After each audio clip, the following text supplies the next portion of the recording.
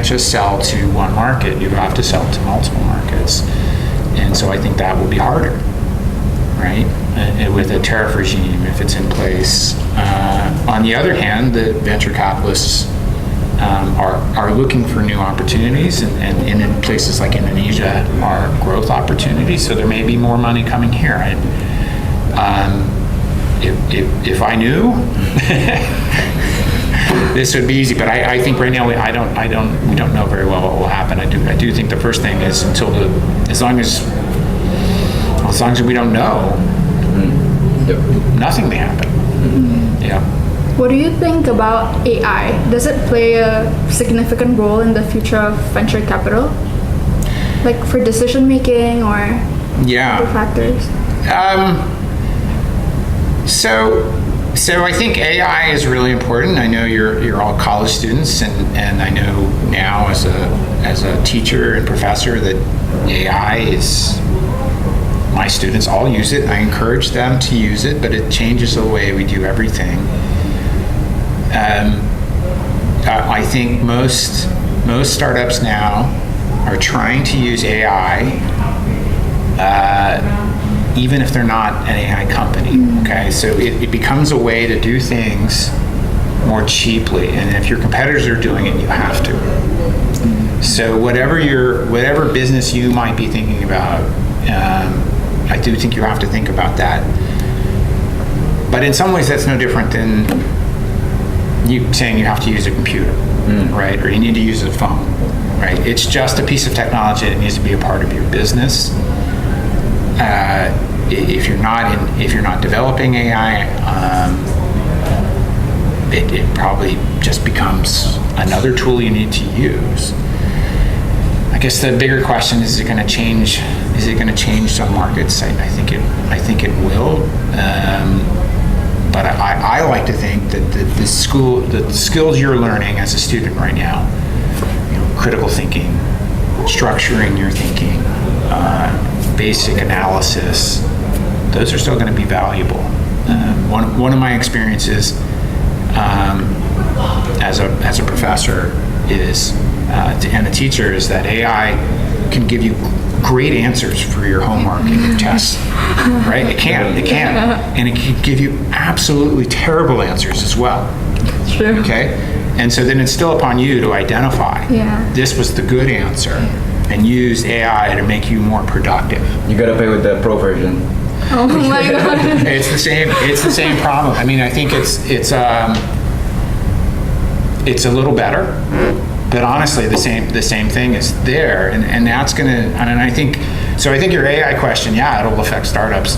But it will affect all of you. It already does. What you're gonna do in your job is gonna be different than it would have 2 years ago.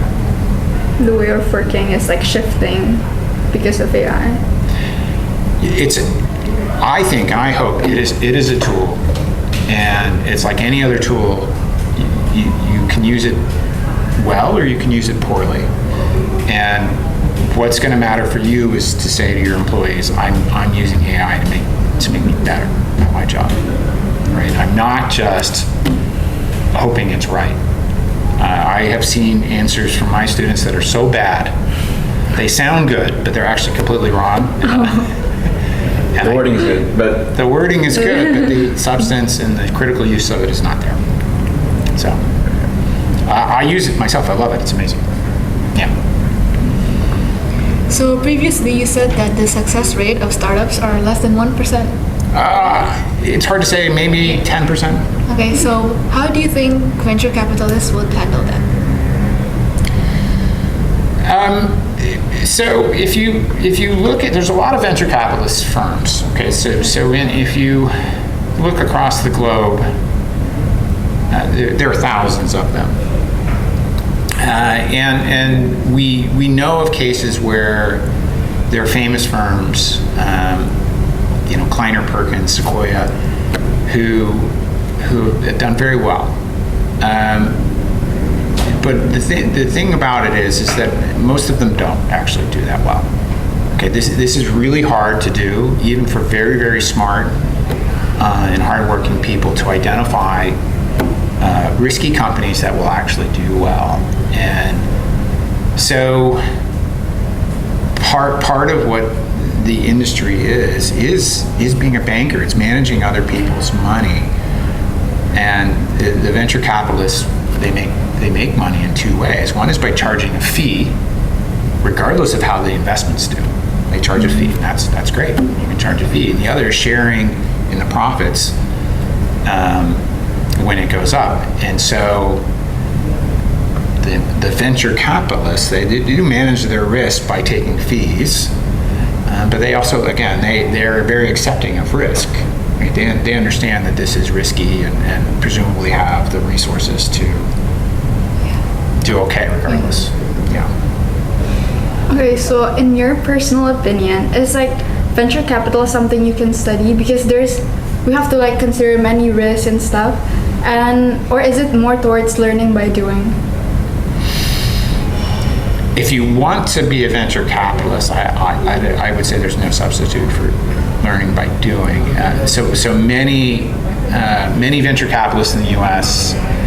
are former entrepreneurs that were venture funded themselves, and so I think particularly around the idea of giving practical advice to startups, right, and helping them develop their opportunity. I don't think there's any way around that. So there are paths to going to work at venture companies as an analyst, and you could pursue that. But I do think you need experience in it.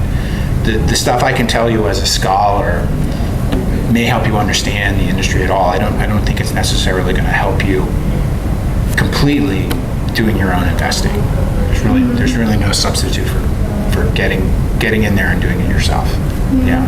So I actually have a friend, Mark, who is actually trying to do a startup, but then he made a pitch deck and then made an elevator pitch, and then like he asked a lot of investors, but then a lot of them turned them down.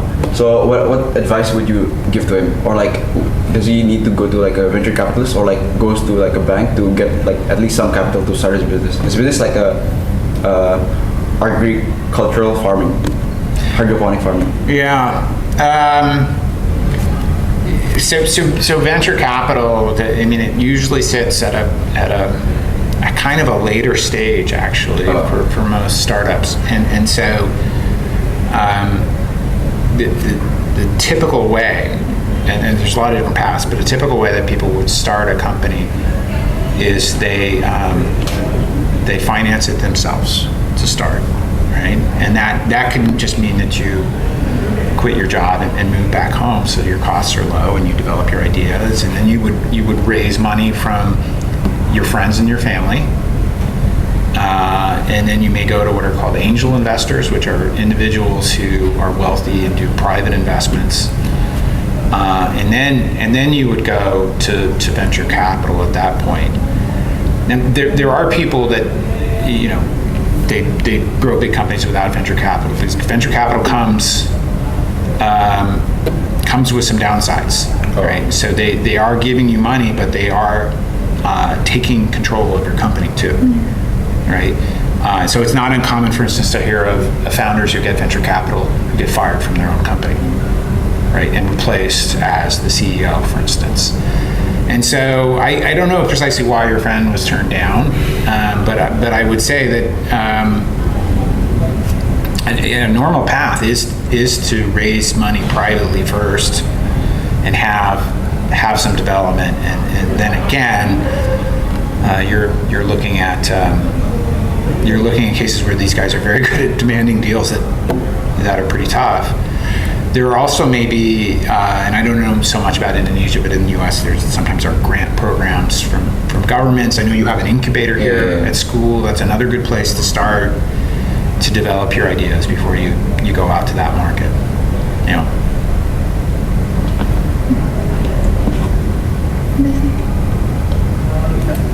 And that wraps up for today's episode.